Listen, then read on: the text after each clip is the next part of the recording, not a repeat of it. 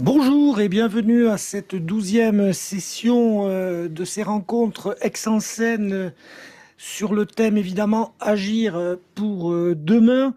La session s'intitule Les territoires et la mobilité et nous accueillons Monsieur Jean-Pierre Farandou, président de la SNCF. Bonjour. Bonjour. Bonjour, nous accueillons Madame Johanna Roland, maire de Nantes, qui devrait être réélue sous peu par son conseil municipal. Vous confirmez, Madame Roland?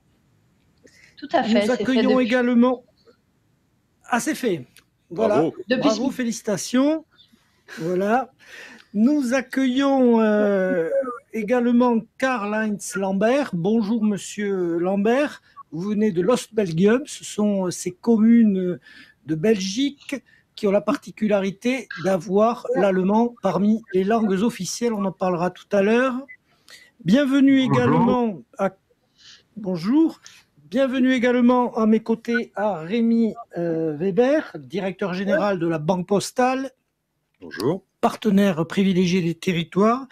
Et puis, welcome, Mr. Marwan Al-Sharkal. Alors, vous êtes beaucoup plus loin, vous êtes aux Émirats et vous êtes le directeur général de Sharjah Investment and Development Sharak.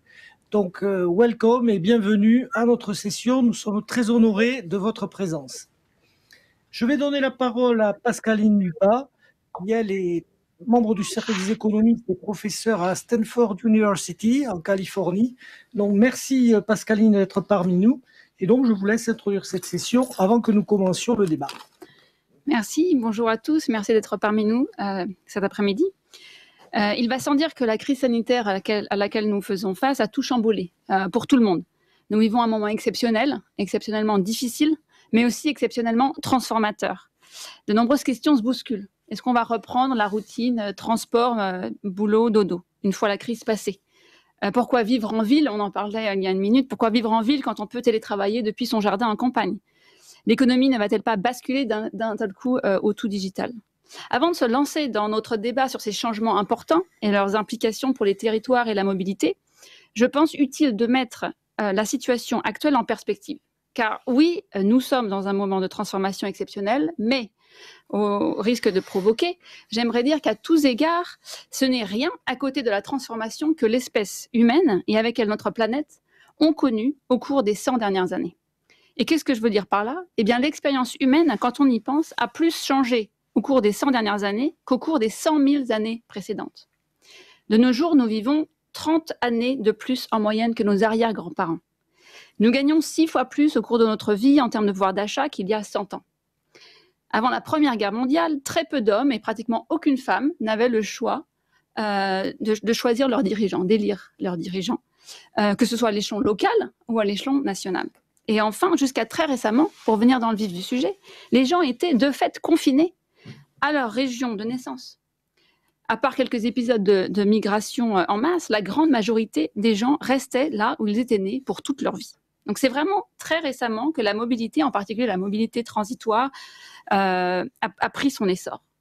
Et un point de données qui est utile pour mettre ça en perspective, c'est que par exemple le nombre de billets d'avion vendus chaque année en 1970 était seulement de 300 000, alors qu'en 2019, il était de 4 milliards. Okay, une énorme croissance. Évidemment, pour 2020, ça va être très différent. Okay, mais si on met cette parenthèse du Covid un peu sur le côté et qu'on pense à cette mobilité, non seulement les gens, mais aussi les idées, la culture, l'argent, les biens bougent, s'échangent entre les parties du globe, d'un territoire à l'autre, de façon journalière, jusqu'à très récemment. Donc cette interconnectivité nous permet de mieux nous connaître par-delà les territoires et nous permet de rapidement partager des innovations, aussi de se tendre la main dans les moments forts, comme on l'a vu récemment à l'occasion des manifestations anti-racisme dans le monde entier en soutien au mouvement Black Lives Matter aux États-Unis. Mais cette interconnectivité, elle crée aussi des complications.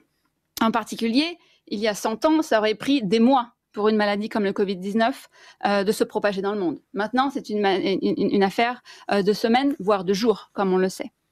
La superconnectivité peut aussi créer des tensions et des conflits. Le brassage culturel semble générer trop souvent des replis xénophobes dans les territoires.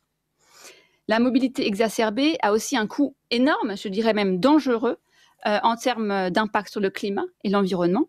Et enfin, nous faisons face à un niveau d'inégalité jamais connu auparavant.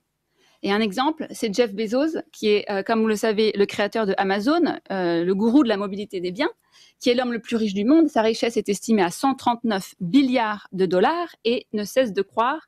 On a calculé qu'en 1 minute, Jeff Bezos gagne plus que ce qu'un livreur employé par Amazon gagne en 1 année. Okay. Donc je voulais mettre les questions auxquelles nous faisons face aujourd'hui dans ce contexte large, car il me semble que nous avons à la fois une chance inouïe et une responsabilité inouïe. La chance de pouvoir bouger, échanger, innover, transformer qui nous sommes en quelques années plutôt qu'en quelques siècles, car nous avons des outils technologiques à notre disposition et la science avancée avec nous. Mais nous avons aussi la responsabilité de faire tout cela dans le respect de la planète, dans le respect de la santé de tous et dans le respect des individualités culturelles, tout en cultivant l'esprit d'entente entre les nations. Et nous devons penser à la distribution de ces richesses incroyables que nous avons la possibilité de créer, leur distribution entre les individus, leur distribution dans l'espace, entre les territoires, entre les villes et les campagnes, entre le nord et le sud, et enfin leur distribution dans le temps entre les générations d'aujourd'hui et celles du futur. Je suis ravie d'avoir avec nous dans cette session des experts sur ces enjeux pour nous parler de leur vision pour la mobilité, la communauté et les territoires de demain. Eh bien, Jean-Pierre Farandou va être le premier à répondre aux questions du panel. Alors, Monsieur Farandou, quand on est à la tête de la SNCF, eh bien, les élus locaux, les citoyens viennent vous voir et vous dites, écoutez, vous êtes un outil de service public, vous devez nous aider à aménager le territoire parce que les citoyens veulent une mobilité performante, ponctuelle, attractive, accessible à tous, y compris financièrement. Ces exigences portent aussi bien sur une mobilité du quotidien, c'est-à-dire celle qui nous permet d'aller travailler ou d'aller voir des proches, mais aussi sur une mobilité nationale, que ce soit pour des affaires, des loisirs, voire européenne, pour ce qui est de la SNCF. Et en même temps, eh bien, l'État, et puis pas seulement, les citoyens exigent que vous soyez rentable et que vous investissiez sur le réseau. Alors, comment arriver à concilier tout cela au moment où, même si les trains roulent, et bravo à tous les cheminots, il faut retrouver la vie, les finances et les voyageurs d'avant qui ne sont pas encore au rendez-vous? Oui, mais moi je vois pas de paradoxe dans l'état des lieux que vous faites. Je retrouve la SNCF dans ce que vous dites. Je retrouve la SNCF parce qu'on est une entreprise d'utilité publique. Vous savez, c'est pas un vilain mot. Au contraire, on s'est rendu compte dans la crise qu'on était bien content d'avoir des entreprises comme la nôtre. Il n'y a pas que nous, mais il y en a d'autres qui répondent présent quand le pays est malmené. Pas que le pays, un continent. Même nous, on est en France et on est content de pouvoir trouver effectivement une société nationale de chemin de fer français qui est là, qui fait rouler des trains de voyageurs, même quand ils sont pas très pleins, qui est là pour aller chercher les soignants, pour leur permettre d'aller travailler, qui est là pour faire passer les trains de fret. On n'en parle pas, mais les entreprises ont pu compter sur les trains de fret pour, par exemple, sauver la campagne céréalière. Donc, le ferroviaire, la SNCF est présente au rendez-vous. Il n'y a pas de contradiction sur ces sujets de qualité d'un côté bien normal, attendu par les clients, les usagers, les habitants des territoires, et puis les contraintes économiques qui s'appliquent à une société, notamment une société anonyme. Vous savez que depuis le 1er janvier, nous avons une plus grande rigueur dans notre gestion encore, puisque nous avons un statut très précis d'une entreprise comme une autre, en fait, très soucieuse de son cash, de sa dette, de ses ratios de solvabilité. Moi, l'inflexion peut-être que je voudrais donner à notre entreprise, c'est peut-être le retour aux sources et le retour au territoire. On connaît la SNCF commerciale, on connaît la grande vitesse, on connaît le digital de la SNCF. Je pense qu'il faut qu'on retrouve le sens des territoires, et c'est en ce sens d'ailleurs que je suis ravi de participer à cette table ronde, parce que comme vous l'avez dit en introduisant ce sujet, il faut retrouver le sens des habitants. Les habitants, ils habitent quelque part, dans des lieux, dans des modes de vie, dans des écosystèmes, et ils ont besoin de proximité. Et je pense que le grand virage que la SNCF est en train de conduire, c'est de se changer le regard. Il ne faut plus qu'on se regarde comme une boîte nationale qui, depuis Paris ou Saint-Denis, puisqu'il se trouve notre siège est à Saint-Denis, va regarder les territoires. C'est bien au contraire. Il faut qu'on soit dans les Pays de la Loire, puisque Johanna Roland est là, il faut qu'on se regarde depuis Nantes et pas depuis Paris. Et qu'est-ce que ça veut dire la mobilité ferroviaire depuis Nantes? Comment Nantes et la région nantaise ou la région souhaitent être connectées aux autres capitales régionales ou à l'Europe ou à Roissy? Ça change le regard. Comment, depuis Nantes, on regarde les sujets effectivement d'aménagement du territoire régional ou périurbain, mais pas seulement depuis Nantes d'ailleurs, depuis toutes les villes qui sont autour. Et enfin, n'oublions pas le fret, parce qu'un tissu territorial, c'est aussi des entreprises installées sur un territoire peut y avoir des ports, bien sûr, Saint-Nazaire par exemple, puisque si on reste dans les Pays de la Loire et dans l'environnement nantais, comment depuis Saint-Nazaire, on a besoin d'être raccordé au réseau ferroviaire. Donc c'est plus depuis Paris qu'on va fixer les choses, c'est depuis les territoires. Et l'impulsion que je suis en train de donner, c'est de ne pas définir une stratégie nationale ferroviaire, mais des stratégies au pluriel régionales. Et je suis en train d'engager un cycle de rencontres et de travail avec tous les présidents de région pour justement, avec les présidents, les présidentes, travailler sur leur vision du besoin ferroviaire depuis le territoire. Voilà. Et moi, je suis là pour rendre service, trouver bien sûr les équilibres. Il y aura des compromis à trouver, des équilibres à trouver.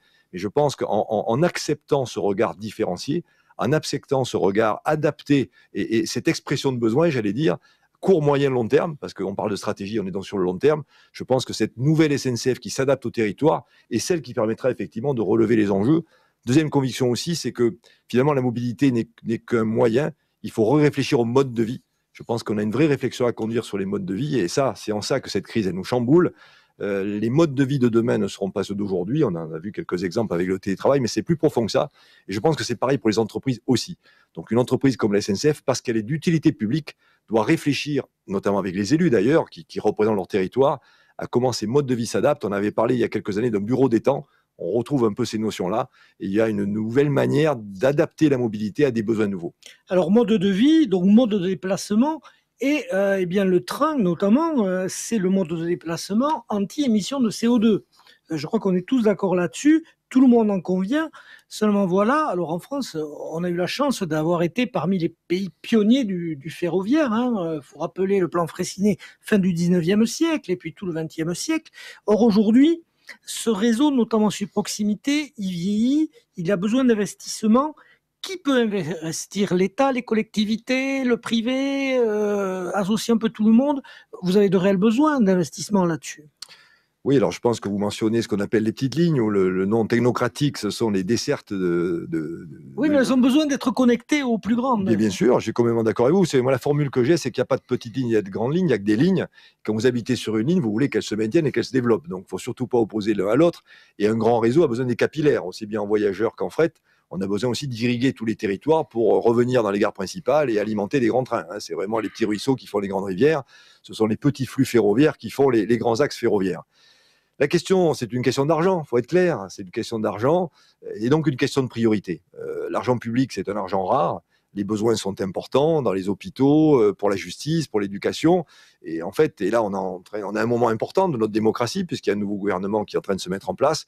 Effectivement, ce nouveau gouvernement devra fixer des priorités et savoir quel effort il souhaite conduire avec les collectivités régionales, en particulier les régions, comment l'État et les régions s'emparent de ces sujets, de l'équipement de tous les territoires avec des lignes ferroviaires modernisées. Ce n'est pas qu'une question d'infrastructure, d'ailleurs, c'est important l'infrastructure, c'est aussi une question de service, de matériel roulant, de complémentarité aussi avec la route. Je pense que le temps est venu à l'innovation, à l'audace aussi, et moi je suis tout à fait prêt à expérimenter des solutions nouvelles, justement dans les territoires. Je crois aussi cette notion d'expérimentation, elle fait aussi partie des solutions. Soyons audacieux, osons, tentons, expérimentons, et à partir de là, avec les territoires, trouvons les solutions les plus adaptées. Pour conclure, vous avez parlé de la route, ça veut dire qu'aujourd'hui, on ne peut plus penser la mobilité qu'en termes de train, de voiture, de vélo, d'autobus. On est dans une autre logique. Bien sûr, la logique, elle est intermodale. Il y a peut-être d'ailleurs des modes intermédiaires encore inventés dans les interstices des modes classiques. D'ailleurs, on est en train de lancer une réflexion sur les trains légers. Alors, pour les non-connaisseurs du ferroviaire, vous avez le train classique, vous avez le tram-train, qu'on retrouve d'ailleurs dans les périurbains, dans les villes, ni mi-tram, mi-train, puis au milieu, il manque quelque chose. Il manque le train léger adapté à ces territoires. Mais ce n'est pas qu'un train, c'est aussi un système d'exploitation qu'il faut inventer. Et je suis d'ailleurs à la recherche de régions, de territoires qui voudraient venir avec moi pour définir ce qu'on appelle les proof of concept, ces prototypes. Je ne demande pas mieux que de m'appuyer sur des territoires qui seraient intéressés pour définir ensemble ces nouveaux modes d'exploitation et de service. Eh bien, Johanna Rolland aura peut-être entendu l'appel, elle nous le dira tout à l'heure. On va passer la parole à notre invité le plus éloigné, Marwan Al-Sarkal, dont vous êtes aux Émirats Arabes Unis, qui est un lieu qui, dans le monde, eh bien, lui, connecte la planète à l'échelle mondiale. Alors, comment une société d'investissement comme la vôtre peut favoriser ces mobilités sur la planète et aider eh bien, les territoires plus riches et ceux plus défavorisés à se développer de façon harmonieuse? Merci pour votre introduction. Je suis ravi de faire partie d'être dans cette conférence ici. Et quand on parle de mobilité, en fait, les Émirats arabes unis ou l'économie des Émirats arabes unis se concentre sur la logistique et dans la connexion de l'Est et de l'Ouest. Et c'est pourquoi nous avons 7 Émirats, comme vous le savez, et nous avons réussi à améliorer nos installations portuaires, nos aéroports pour créer la meilleure mobilité. Ceci a eu un impact sur toute l'économie des Émirats. Alors, ce que l'on a pu constater dans le passé, c'est que les investissements dans les infrastructures en proposant les meilleurs équipements, les meilleures facilités dans le secteur logistique, par exemple avec l'Inoport, le Rachid Port, le port de Haled, par exemple, tout cela a un excellent impact sur l'économie des Émirats arabes unis. Donc, avec des investissements depuis les années 1970. Le son est assuré. Nous avons réuni l'Est et l'Ouest. Et je crois que c'est quelque chose qui est très important. Un autre bon impact que l'on peut constater, c'est l'intérêt dans la mobilité, mais également les investissements dans des systèmes de métro. Par exemple, aujourd'hui, nous avons à Sharjah, nous avons un parc de recherche sur les nouvelles technologies, sur la mobilité. Donc, il ne s'agit pas seulement des trains. Il s'agit également d'avoir des systèmes aériens qui sont tout à fait innovants. Et c'est quelque chose qui fait partie de l'ADN des Émirats arabes unis. Et je crois que c'est l'avenir. Si on poursuit nos investissements des infrastructures, si on continue nos investissements dans le futur de la mobilité, ceci aura un impact majeur. L'autre chose, c'est que l'utilisation de l'intelligence artificielle aura un rôle important à jouer dans le secteur. Et on voit que ça évolue avec la nouvelle boucle, finalement, va nous permettre d'avoir un impact sur le transport des biens d'un endroit à l'autre, également le transport des personnes d'un endroit à l'autre. Les Émirats arabes unis ont consenti de gros efforts pour diminuer les émissions de CO2. Pourtant, vous êtes un pays producteur d'hydrocarbures. Donc, pouvez-vous nous expliquer comment vous comptez poursuivre cet effort et contribuer à la diminution des émanations de CO2 sur la planète? Oui, en 1971, lorsque les Émirats arabes unis ont été réunis, finalement, 90 de notre économie était basée sur le pétrole et uniquement 13 du PIB. Aujourd'hui, c'est 13 voilà comment on a évolué en passant du pétrole à différentes industries. Et aujourd'hui, on a vu que on ne se concentre pas seulement sur le pétrole. Ce qui est bien, c'est que il y a eu la conférence d'Abu Dhabi. On va vendre le dernier baril de pétrole. C'est également un engagement. On regarde la technologie, l'éducation, à l'industrie, on s'intéresse à tout cela. Et le passage au solaire également, quelque chose qui nous intéresse énormément. On essaie de réduire notre empreinte. Et les renouvelables, c'est quelque chose sur lequel on travaille beaucoup. À Sharjah, par exemple, on va avoir la plus grosse usine de recyclage dans la région. Et on va justement travailler à produire de l'énergie à partir des déchets. Et c'est un engagement du gouvernement de Sharjah d'avoir une économie qui repose moins sur le pétrole. Le revenu maintenant, c'est 1%, le revenu pétrolier, c'est notre PIB.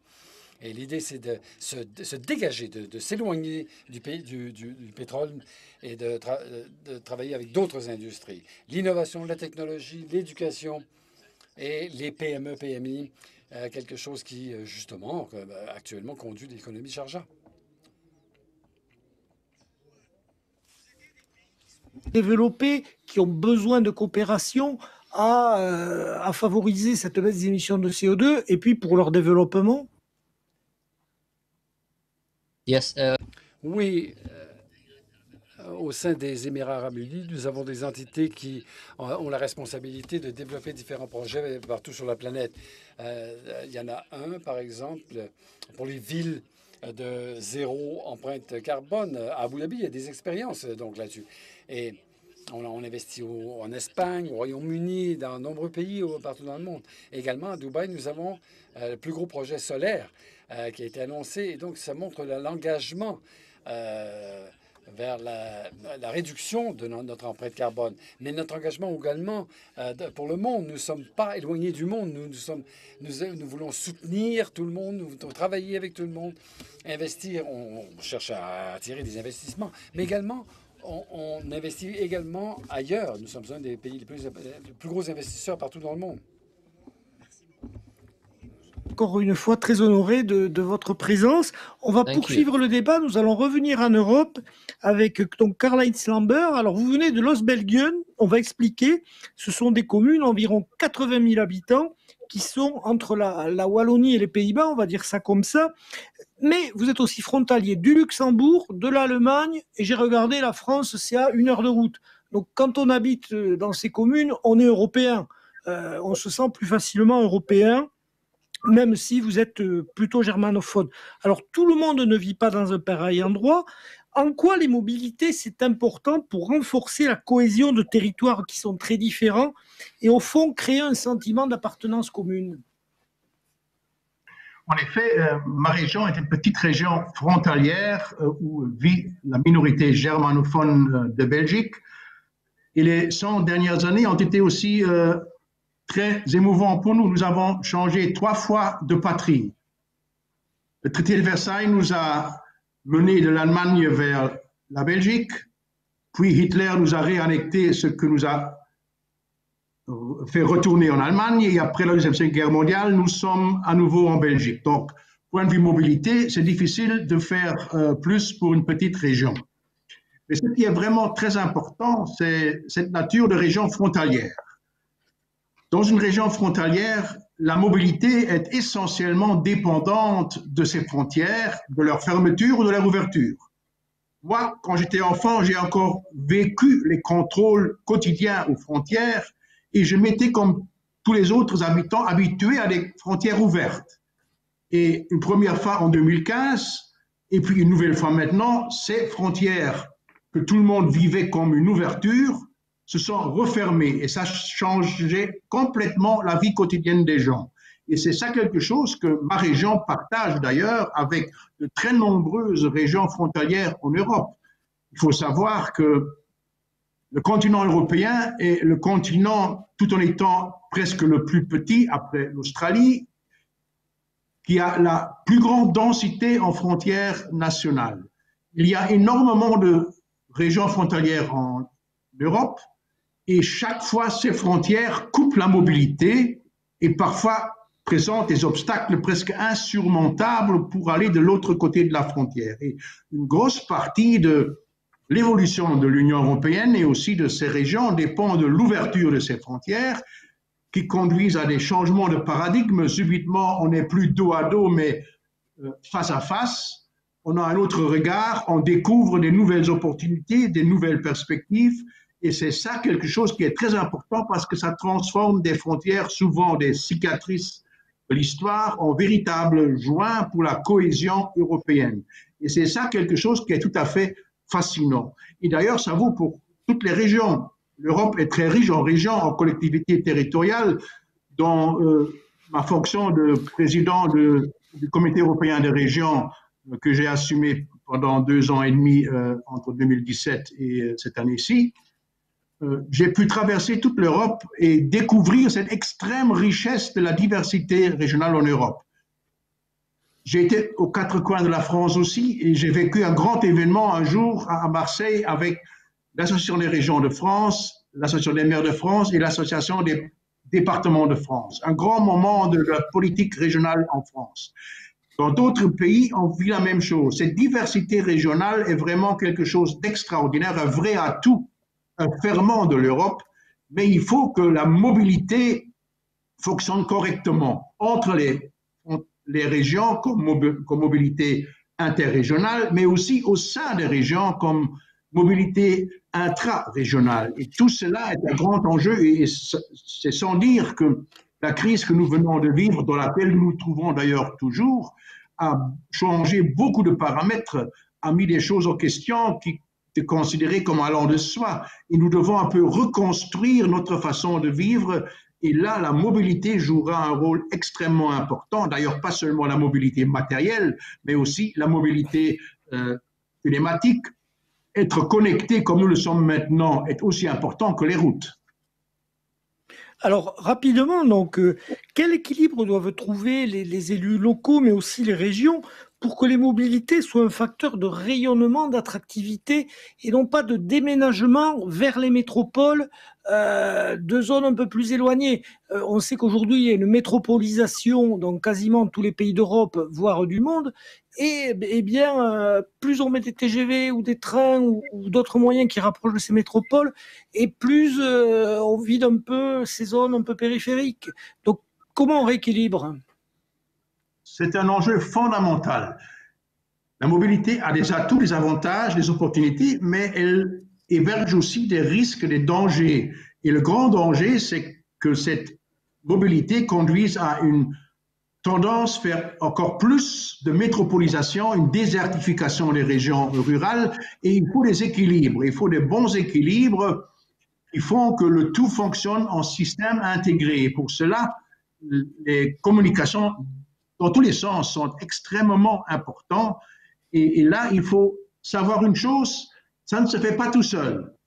S'il n'y a pas une politique volontariste derrière tout ça, les choses vont aller vers toujours plus de métropolisation en Europe, d'ailleurs, comme partout dans le monde. Et c'est pour cela que l'Union européenne a notamment ce grand défi devant elle, c'est de créer ces équilibres par une politique de cohésion intelligente, par une politique de mise en place des réseaux intelligents, par une politique de digitalisation convenable. Et tout ça doit se faire toujours dans un double sens. D'une part, dans une approche européenne qui a un cadre général et qui a une dimension vraiment continentale, et puis la mise en œuvre par les collectivités territoriales qui ont un rôle fondamental à jouer. Je dis toujours, les collectivités territoriales, c'est 100 000 communes, c'est 300 régions, c'est quelques dizaines de collectivités intermédiaires, c'est une véritable troisième dimension de l'Union européenne, et c'est finalement que là où se jouent les enjeux, si on veut réussir une politique de transport, de télécommunication, de communication tout court, ça doit se passer là où vivent les gens, et ça c'est dans les collectivités territoriales, et c'est pour cela que ces enjeux sont si passionnants. Eh bien, on a parlé de métropole. Nous accueillons justement Johanna Roland, qui, elle, est maire d'une grande ville française, la grande métropole de l'Ouest, Nantes. Alors, Nantes, j'ai regardé, c'est la seule agglomération de France qui a été désignée capitale verte de l'Europe. Je crois que c'était en 2013. Vous me corrigez si je me trompe. Et parmi ce qui a permis à Nantes d'obtenir ce trophée, donc unique en France, c'est parce que vous avez réussi à instaurer une complémentarité entre les moyens de transport, le tram, les bus, les navettes fluviales, les vélos et même des bacs sur la Loire. Et vous voulez aller plus loin dans le transport doux. Alors comment allez-vous y prendre? Parce que quand on regarde l'aménagement et les statistiques sur votre territoire, eh bien vous gagnez beaucoup d'habitants et la métropole continue de s'étendre. Donc comment allez-vous réussir ce défi, à savoir d'augmenter la part de transport doux avec des gains de population importants et une extension toujours plus vaste vers le périurbain? Merci, bonjour à chacune et à chacun. En effet, Nantes a été capitale verte de l'Europe en 2013 et capitale européenne de l'innovation l'année dernière. L'enjeu pour nous, c'est évidemment d'abord de conjuguer la question des déplacements, des mobilités qui nous réunissent cet après-midi et la question de l'aménagement du territoire. Parce que c'est bien à partir de la forme de la ville, à partir de la forme des territoires, mais aussi des questions de coopération, un mot qu'on pense les sujets de déplacement. La première chose que je voudrais dire par rapport à la façon dont vous avez introduit le sujet, c'est vrai que la métropole nantaise c'est heureux et dynamique et gagne des habitants. Mais la réalité sur notre territoire, c'est que la couronne périurbaine aussi gagne des habitants. Et ça, je crois que c'est très important dans les équilibres qui sont les nôtres. Ensuite, à Nantes, on croit à trois choses. La première, Jean-Pierre Farandou l'a évoqué tout à l'heure, à la capacité d'initiative des territoires. En France, on reste quand même dans un pays assez jacobin, avec une culture historique assez centralisatrice. Et si on veut, me semble-t-il, inventer les mobilités de demain, on a besoin de laisser une part d'initiative sur notre territoire. Ça, c'est la première chose. La deuxième chose, c'est la cohérence. À Nantes, on fait des choix écologiques très clairs. Et donc, quand on a une politique de logement offensive sur la métropole nantaise, on le fait pour pouvoir loger les habitants, mais aussi pour limiter l'étalement urbain. C'est à partir de là qu'on construit ensuite nos logiques de mobilité et de déplacement. En faisant là également des choix assumés, vous en avez évoqué quelques-uns, un réseau de transport en commun très performant. C'est le premier busway tout électrique mondial. C'est effectivement l'intermodalité, l'intermobilité. Plusieurs interlocuteurs avant moi l'ont exprimé. Ces 3 nouvelles lignes de tramway dans le mandat à venir, mais c'est aussi sur le fond, et je crois que la crise sanitaire qu'on vient de traverser nous invite à accentuer ça demain, penser les mobilités non seulement à partir des infrastructures, bien sûr, on en a besoin, mais aussi à partir des usages. Et ça, je crois que c'est plus nouveau dans la manière d'aborder la question des mobilités dans notre pays. C'est dans cet état d'esprit, par exemple, qu'à Nantes, on ira vers la gratuité des transports en commun le week-end. Parce qu'on a besoin, à un moment donné, d'un choc écologique, d'un certain nombre de mesures qui donnent des inflexions réelles si on veut aller vers une évolution de nos modèles. Enfin, je voudrais revenir peut-être sur ce qu'a évoqué Karl-Heinz Lamberts quand il évoque la métropolisation en Europe et la question du rapport entre nos territoires. En France, notamment après la crise des Gilets jaunes, on a beaucoup parlé de cette opposition entre les territoires urbains et les territoires ruraux, sans d'ailleurs tout à fait tenir compte des nuances de notre pays. Parce que le récit qui consistait à dire que toutes les métropoles urbaines sont riches, c'est oublier au passage que les grandes proches de précarité dans notre pays, elles sont dans les métropoles urbaines. J'évoque cela parce que je crois qu'un des enjeux en termes de mobilité, c'est ce que moi j'ai appelé l'alliance des territoires. Prenons un sujet très concret. Si on veut réduire les questions de congestion de trafic dans nos villes, on a besoin de penser la mobilité des habitants du cœur de ville, des habitants de la métropole, mais aussi des habitants du périurbain. Et quand par exemple on s'engage sur le développement du covoiturage, avec à la fois une logique d'infrastructure, ce seront des voies dédiées au covoiturage, mais aussi une logique d'usage, ce sera la rétribution, y compris financière à celles et ceux qui sont volontaires pour être covoitureurs. On cherche des solutions qui sont gagnant-gagnant entre les territoires urbains et les territoires ruraux.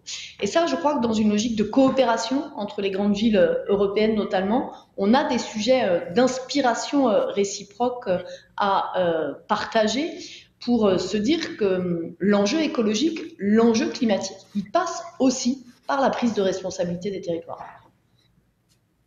Alors, justement, donc votre territoire, beaucoup d'actualités sur l'aéroport. Hein. Vous avez une connexion TGV très performante avec Paris.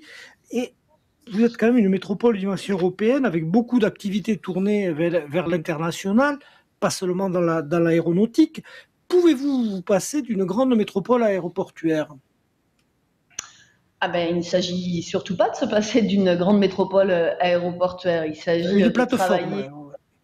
Bien sûr, il s'agit de continuer à y travailler en étant attentif évidemment aux questions de nuisance pour les habitants. Mais je crois que le sujet, encore une fois, c'est d'abord l'intermobilité. On a besoin notamment de penser la connexion du ferroviaire et de l'aéroportuaire.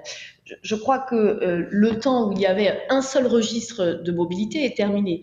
Vous l'avez évoqué, il y a les questions de mobilité du quotidien, il y a les questions de mobilité régionale et puis il y a les questions de mobilité internationale. On est dans un monde de l'interconnexion, avec aussi des sujets qui sont parfois posés de manière différente. Est-ce que demain, notre rapport à la mobilité, à la fois après la crise sanitaire qu'on a connue, mais aussi avec les moyens de connexion que nous avons, va rester le même ? Je ne suis pas sûre. Prenons la question du télétravail. Qu'est-ce qui restera sur les évolutions en matière de télétravail après cette crise ? À l'évidence, il y a des habitudes qui se sont prises et qui ne sont pas sans poser de questions. Je vais vous donner un exemple très concret. Moi, j'ai aujourd'hui des restaurateurs et des commerçants dans le centre de Nantes qui s'inquiètent un peu parce qu'ils disent plus de télétravail, c'est moins de gens à consommer le midi. Ce que je veux dire par là, c'est qu'on voit bien que la mobilité, c'est un élément global de la forme de la ville. Et sur mon territoire, comme dans d'autres grandes villes françaises d'ailleurs, c'est le cas y compris à Paris, on réfléchit autour de ce concept de la ville du quart d'heure, de la ville des courtes distances. Comment on travaille à la fois l'ultra-proximité et en même temps l'interconnexion à des territoires à l'Europe et à l'international. Très bien, merci pour votre témoignage sur le télétravail qu'on commence à entendre dans beaucoup de villes. La parole à Rémi Weber, donc la Banque Postale. Alors la Banque Postale, vous êtes un financeur, mais aussi un partenaire de beaucoup d'initiatives qui contribuent à développer les territoires. Et la mobilité, eh bien, ça peut devenir un facteur aggravant ou facilitateur du développement. Quel rôle peut jouer un acteur financier qui est présent sur les territoires, et je dirais avec tous les publics, que ce soit des publics difficiles ou faciles?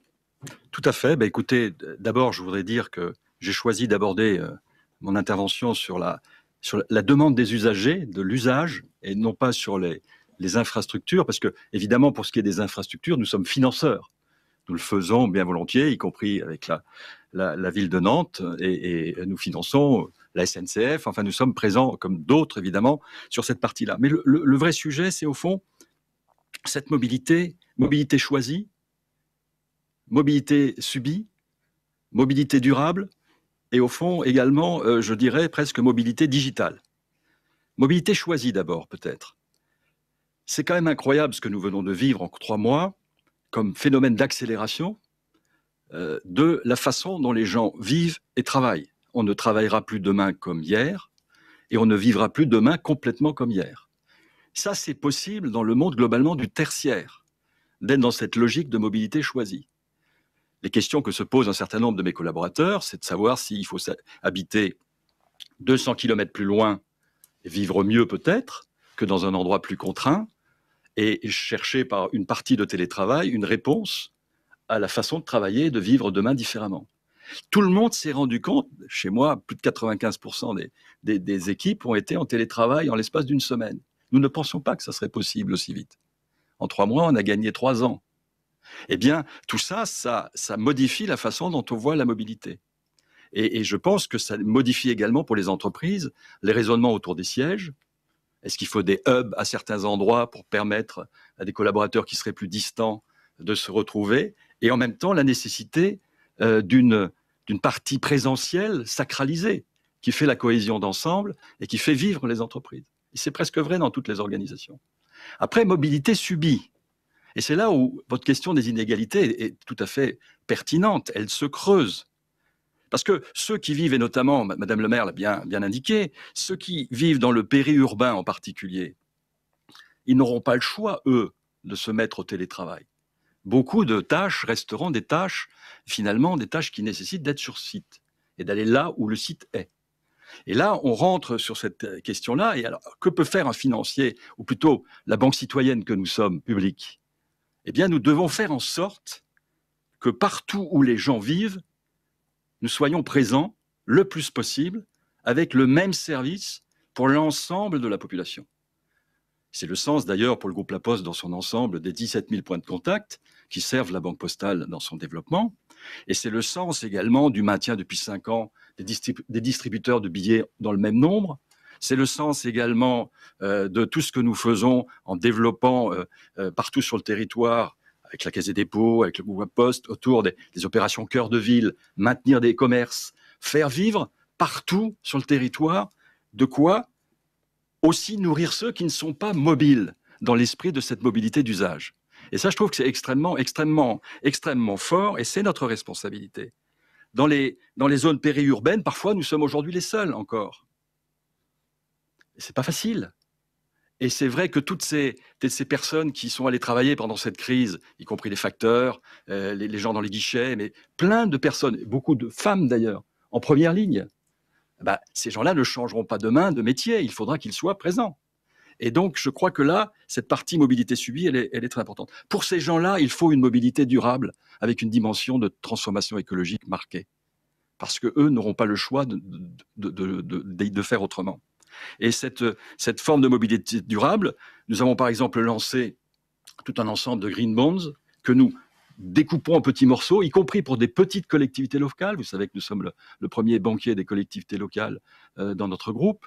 Eh bien, ça leur permet de faire, pour une partie, des opérations vertes autour aussi du transport, d'autres sujets autour du transport, et ça une traçabilité parfaite, des vraies contraintes, et on est en train de changer le monde. Et ça, je trouve que collectivement, on a de ce point de vue-là beaucoup à faire. Enfin, un petit mot sur ce qui, moi, me tient beaucoup à cœur. Nous avons plus d'1,6 million de clients qui sont en pré-bancarisation et un peu plus d'1,5 million qui sont qualifiés de financièrement fragiles. Avec leur famille, ça fait pas loin de 10 millions de personnes au total. C'est tout à fait considérable dans notre pays. C'est notre mission, nous en sommes très fiers. Mais ces gens-là, eux, c'est pas une question de mobilité ou pas. Eux, ils sont immobiles. Ils sont là où ils sont et ils ne bougent pas. On n'en parle jamais. Et au fond, ils souffrent finalement de la double peine, à la fois pour une partie d'entre eux l'exclusion bancaire et l'exclusion numérique. D'où cette logique de mobilité digitale. Il faut qu'on arrive à mettre le digital à tous les endroits, dans le désert rural, mais également dans le périurbain, là. Et ça, on ne peut le faire qu'avec un accompagnement de physique. Le paradoxe, c'est que plus on veut être digital, plus il faut se mettre dans des conditions d'un accompagnement sur le territoire physique. Au fond, si je devais dire un mot sur notre responsabilité collective, mais pour ce qui est de nous, la banque citoyenne, c'est l'équité dans l'accès des services, au fond, comme un service minimum d'attractivité du territoire qui doit être la loi demain et changer les mœurs. Alors justement, la première question est pour vous, parmi les personnes qui suivent cette session très intéressante. Donc, Monsieur Weber, c'est Sébastien qui demande... Bonjour Sébastien. Voilà, lançons un plan sur le déploiement de véhicules autonomes à l'électrique, à l'hydrogène pour plusieurs raisons, parce que ça facilite la mobilité, ça optimise la consommation d'énergie, ça réduit les émissions de CO2, les accidents. Est-ce qu'une banque comme la vôtre, enfin un investisseur comme celui que vous êtes, est prêt à dire on investit là-dessus et on arrête nos investissements sur tout ce qui émet du carbone, sur tout ce qui est beaucoup plus consommateur? Deux points. D'abord, évidemment, nous sommes prêts à investir sur des projets de ce type-là.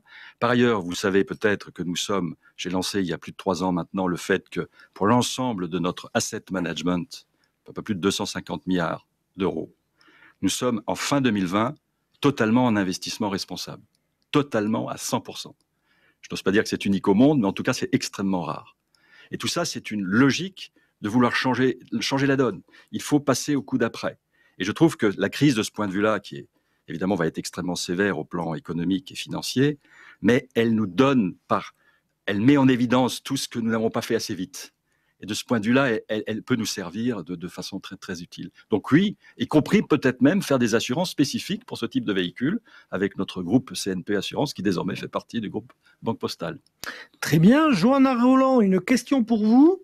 Donc c'est Tristan qui demande, l'État doit s'occuper de la stratégie de la prospective, mais après, pour les mobilités, pour l'organisation des territoires, qui laisse faire les départements, les régions, les villes, les métropoles, qui laisse faire les collectivités locales et qui arrêtent de se mêler de tout.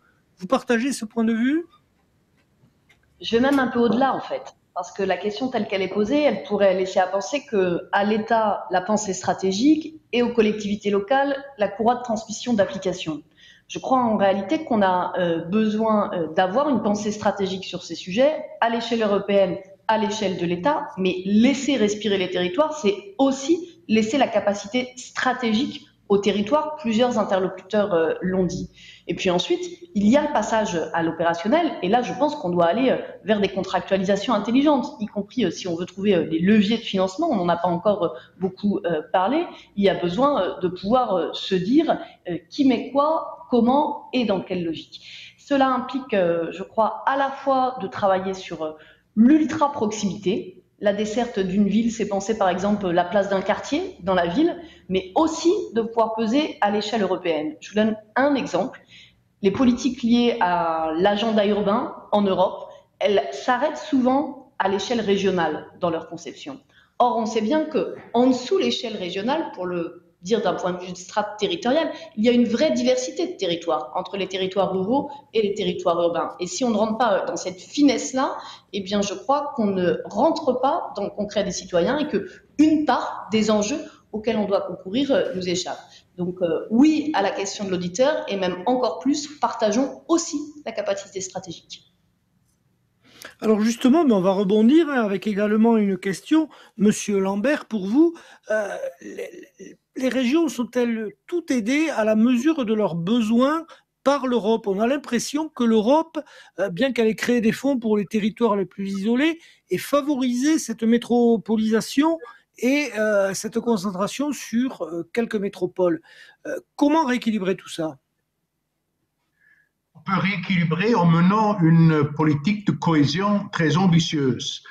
C'est d'ailleurs pour le Comité européen des régions un peu l'ADN de l'Union européenne, c'est de permettre le développement harmonieux des régions, leur coopération et surtout leur destin d'une façon telle que, ensemble avec l'Europe, dans un contexte cohérent, on parvienne à avancer. Les grands défis de ce début de siècle sont nécessairement à prendre en charge au niveau de l'Union européenne, mais il n'y a rien qui peut se faire d'une façon vraiment efficace si les régions ne sont pas partie prenante, si on n'a pas un dialogue vraiment d'égal à égal, et si le niveau européen, le niveau national et le niveau des collectivités territoriales travaillent vraiment main dans la main.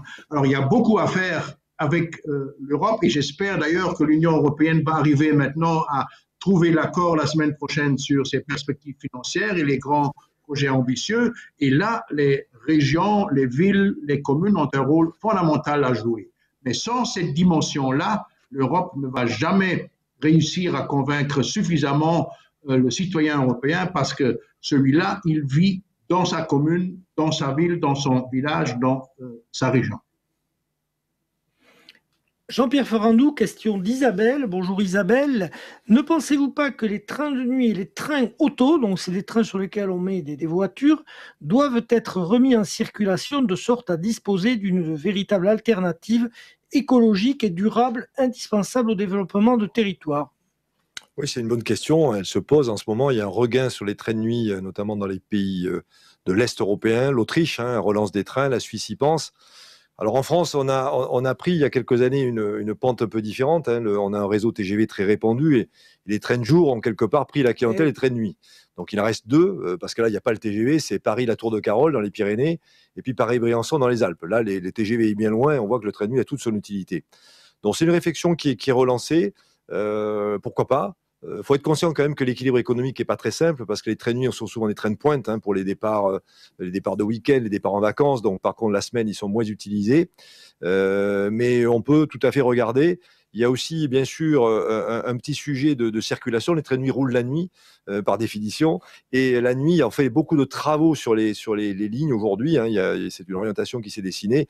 Donc si on devait relancer une politique de train de nuit, il faudrait revoir les priorités sur les travaux, faire des travaux de jour. Et là, pour le coup, les trains qui circulent le jour, et notamment les trains régionaux, seraient à rediscuter. Voilà, donc l'idée est séduisante, elle est poussée dans la partie centrale de l'Europe. La France a pris il y a quelques années une pente un peu différente, mais pourquoi pas regarder s'il y a de ci, de là, l'occasion de relancer des trains de nuit. Certains y pensent en tout cas. D'accord. Deuxième question de Tristan. Comment aujourd'hui, on est dans des sociétés qui sont souvent dépendantes des transports, comment appréhender la suite de cette crise sanitaire avec le confinement, au cours duquel les contacts humains ont été fortement impactés? Allez-vous être obligé de réduire un peu votre activité parce que ça ne repart pas comme avant? C'est une question centrale, c'est la vie d'après. On sent bien qu'elle ne sera pas comme avant. Nous, une question très simple, c'est celle qui est posée par notre intervenant, c'est est-ce que les gens vont revenir dans les trains? Bonne question. Aujourd'hui, ils reviennent dans la dimension privée loisirs. Les TGV sont pleins pour aller sur la Côte d'Azur ou pour aller dans les plages aquitaines, au bassin d'Arcachon, donc ça va. Mais la semaine, pour la clientèle plus à faire, on a de la place encore. Les gens sont pas revenus. Est-ce que c'est durable ou pas? On verra. Moi, je crois que la question centrale, c'est aussi, elle a été évoquée 2 ou 3 fois, mais il faut la travailler. Et avec les territoires, d'ailleurs, ça a été dit et redit, c'est les modes de vie. Je pense qu'effectivement, on a devant nous des changements profonds dans les modes de vie, et la mobilité devra les accompagner. Voilà, donc peut-être moins de monde tous les jours, mais des gens qui se déplaceront plus loin 2 ou 3 fois par semaine, avec des choix de vie. On ira s'installer assez loin en province tout en continuant à travailler à Paris. Voilà, je pense qu'on a devant nous des mutations importantes. On est prêt à les relever avec humilité. Honnêtement, on n'était pas préparé. Je rappelle que jusqu'à le mois de novembre 2019 est le meilleur mois que la SNCF ait connu depuis toujours en matière de trafic. Donc, on était confiants, les trajectoires étaient ascendantes. Voilà, il s'est passé quelque chose dans ce pays. Il faut qu'on le digère, qu'on le comprenne, qu'on l'analyse. Et moi, je rejoins Johanna Rolland en disant que les solutions devraient être trouvées au niveau local, parce que cette mobilité elle doit être intermodale, et on voit bien comment on se connecte entre TGV, réseaux urbains, réseaux régionaux. Il y a vraiment à remettre tous les acteurs autour de la table en repartant du besoin, ça a été dit, les besoins, les usages, les modes de vie. Ouais, il y a un petit changement de paradigme qui se dresse devant nous. Alors oui, les modes de vie ont changé en France, mais ils ont changé dans le monde aussi. Marwan Al-Sharkal, la liberté de circulation dans le monde, quel que soit le moyen de transport, y compris l'avion, c'est une conquête des sociétés développées au point de devenir un droit presque fondamental pour les citoyens. Alors comment concilier ce droit avec les restrictions inévitables en termes sanitaires et puis écologiques? So thank you for the question. Actually, Merci pour cette question. Donc, on parle des Émirats arabes unis. En fait, on a peut-être un des accords les plus ouverts lorsqu'il s'agit des vols entrants et sortants. Nous sommes le pays le plus avancé dans la région. Et je pense qu'avec les réglementations que nous avons au niveau des Émirats arabes unis et de l'Union européenne, nous avons beaucoup de confiance, en fait. Et on essaie de faire que les choses soient les plus simples possibles. La chose positive avec notre infrastructure, c'est qu'on veut créer justement un réseau dans notre région, l'Oman, au Bahreïn, le Koweït, par exemple, l'Arabie saoudite, et tous les pays environnants. Et c'est très important que les gouvernements investissent dans ces domaines.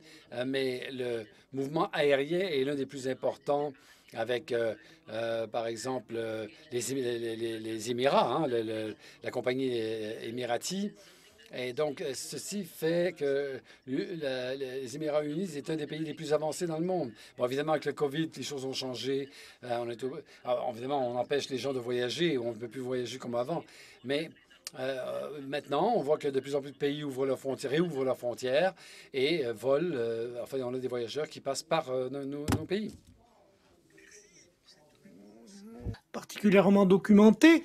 Johanna Roland, une question pour vous, c'est plutôt un rebond sur ce que vous avez annoncé, c'est-à-dire la gratuité des transports pour le week-end.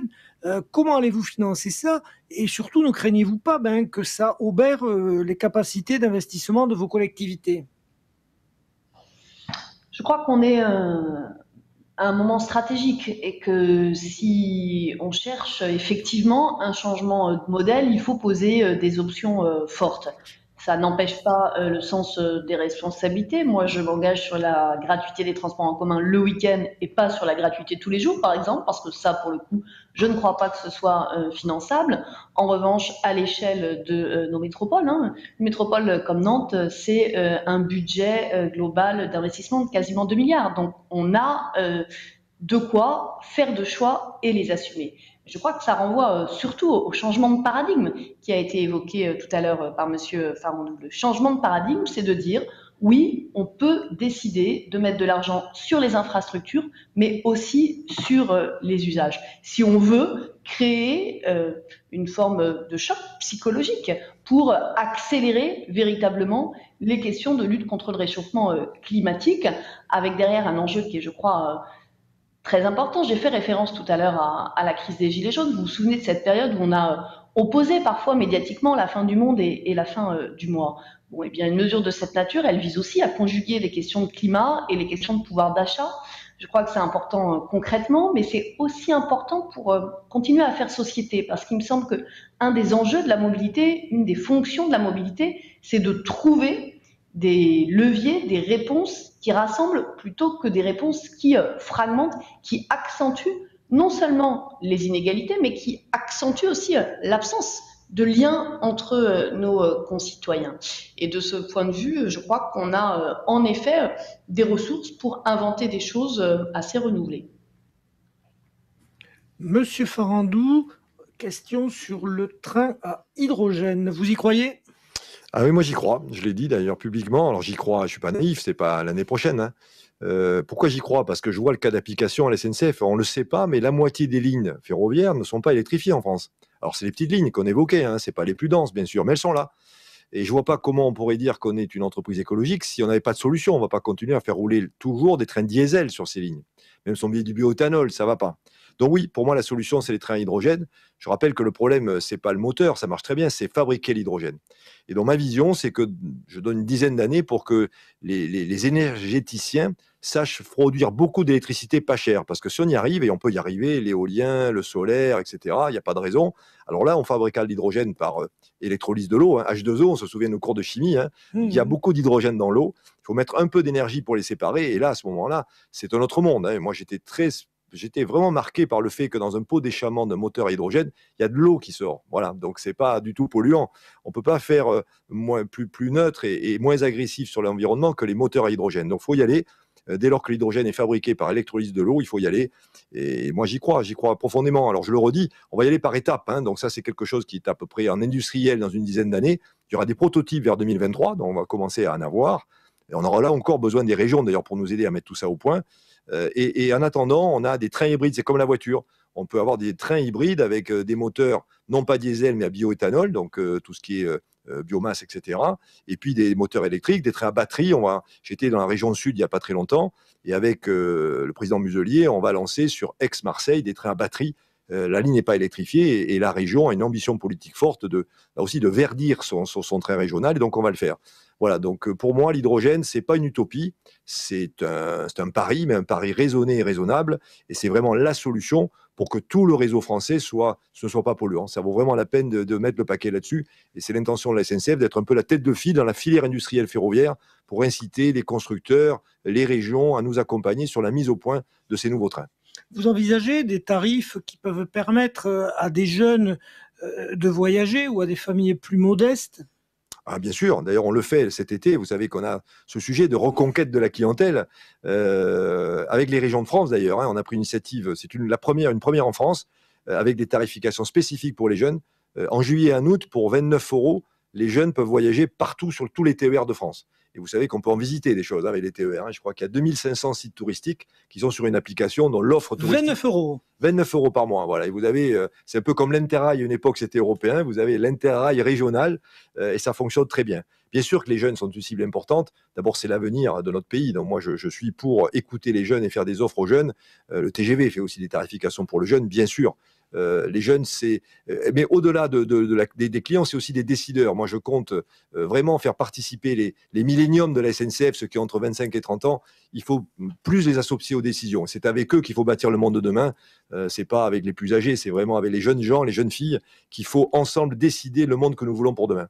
Monsieur Lambert, pour rebondir sur ce qu'a dit en 30 secondes Monsieur Farandou, faut-il établir de nouveaux passes interrail européens pour que ces jeunes Européens puissent aller de Nantes à Eupen, puissent aller dans plusieurs pays? Êtes-vous favorable à cela? Est-ce qu'il ne faut pas le faire savoir un peu plus? Tout à fait, il faut faire même beaucoup plus parce qu'un des potentiels majeurs de l'Union européenne, c'est évidemment sa jeunesse, et une Europe qui devient vraiment une Europe. C'est une Europe où les gens se connaissent, se parlent, se rencontrent, et là, le contact direct est très important et le rail peut jouer un rôle extrêmement opérationnel. Johanna Rolland, hier, le président de la République disait, et c'est paru ce matin dans la presse régionale, à la rentrée, 700 000 jeunes risquent de se retrouver devant des guichets de Pôle emploi parce qu'il n'y a pas de travail. Beaucoup d'étudiants sont dans la précarité. Sur Nantes, envisagez-vous des mesures pour aider les jeunes à se déplacer, puisque le budget déplacement, ça compte quand même dans le budget des familles? D'abord, c'est vrai que la situation des jeunes dans ce qui n'est que le début de la crise sociale et économique est quand même extrêmement préoccupante. Sur les 3 derniers mois en France, c'est une augmentation du taux de chômage de plus de 30% chez les jeunes. Ça veut dire que c'est clairement la tranche d'âge qui est la première à subir de plein fouet les effets de la crise économique et sociale. Je crois que de ce point de vue, il y a plusieurs types de réponses. Il y a d'abord une réponse sur l'emploi. Et je le dis parce que ça démontre à nouveau que les sujets de mobilité ne sont pas segmentés, ne sont pas séparés des sujets d'aménagement du territoire, des sujets de stratégie urbaine, de stratégie des villes de manière plus générale. Ensuite, en ce qui concerne les mobilités et la jeunesse plus directement, ce que j'ai évoqué tout à l'heure sur les usages à Nantes les concerneront. C'est vrai pour la gratuité des transports en commun le week-end, c'est vrai aussi pour la baisse de 20% du prix des abonnements, dans cette idée de concilier pouvoir d'achat et climat, mais c'est vrai aussi pour un développement extrêmement fort du réseau cyclable sur Nantes demain. Comme un certain nombre de villes en France, on a expérimenté dans cette période des sujets d'urbanisme tactique, développement de pistes cyclables provisoires, développement d'aménagement, incitation là aussi à l'usage. Ce moment doit nous permettre d'avancer sur la question des mobilités douces, au pluriel, vélo, marche à pied, dans une logique toujours d'intermobilité, d'intermodalité, notamment avec les transports en commun. Jean-Pierre Farandou, vous voulez ajouter quelque chose sur les jeunes et on demandera l'avis de Marouane après. Oui, les jeunes, c'est vraiment... je crois qu'il faut qu'on soit tous préoccupés par ce qu'a dit le président de la République, 700 000 jeunes qui arrivent sur le marché du travail dans une période qui va être compliquée au plan économique. Je crois qu'alors encore plus une entreprise publique comme la SNCF, on doit jouer un rôle. Et moi, j'ai décidé, il y a quelques jours, d'augmenter considérablement le niveau des alternants, des apprentis qui seront reçus à la SNCF. Nous allons accueillir 7000 alternants, jeunes alternants à la SNCF, sur la rentrée scolaire 2020-2021. Je crois que c'est important. On ouvrira aussi largement les portes pour des stages. On a maintenant dans la scolarité beaucoup de stages et je sais que récemment, beaucoup de jeunes ont eu du mal à trouver des stages. Une boîte comme la SNCF et une entreprise publique comme la SNCF se doit d'ouvrir largement ses bras aux jeunes et c'est vraiment une orientation très forte que je veux donner. La SNCF accueillera les jeunes à la rentrée 2020. Alors, question de curiosité, 30 secondes pour notre invité le plus éloigné, Marouane Al-Sarkal. Est-ce qu'aujourd'hui, aux Émirats Arabes Unis, avec la crise sanitaire et la crise internationale qui est là, on est inquiet pour la jeunesse?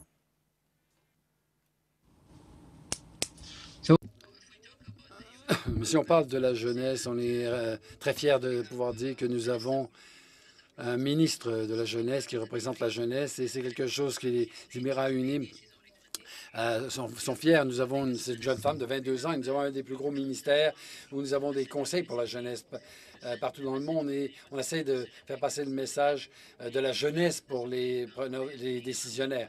Et le fait d'être membre du conseil exécutif, ça veut dire beaucoup.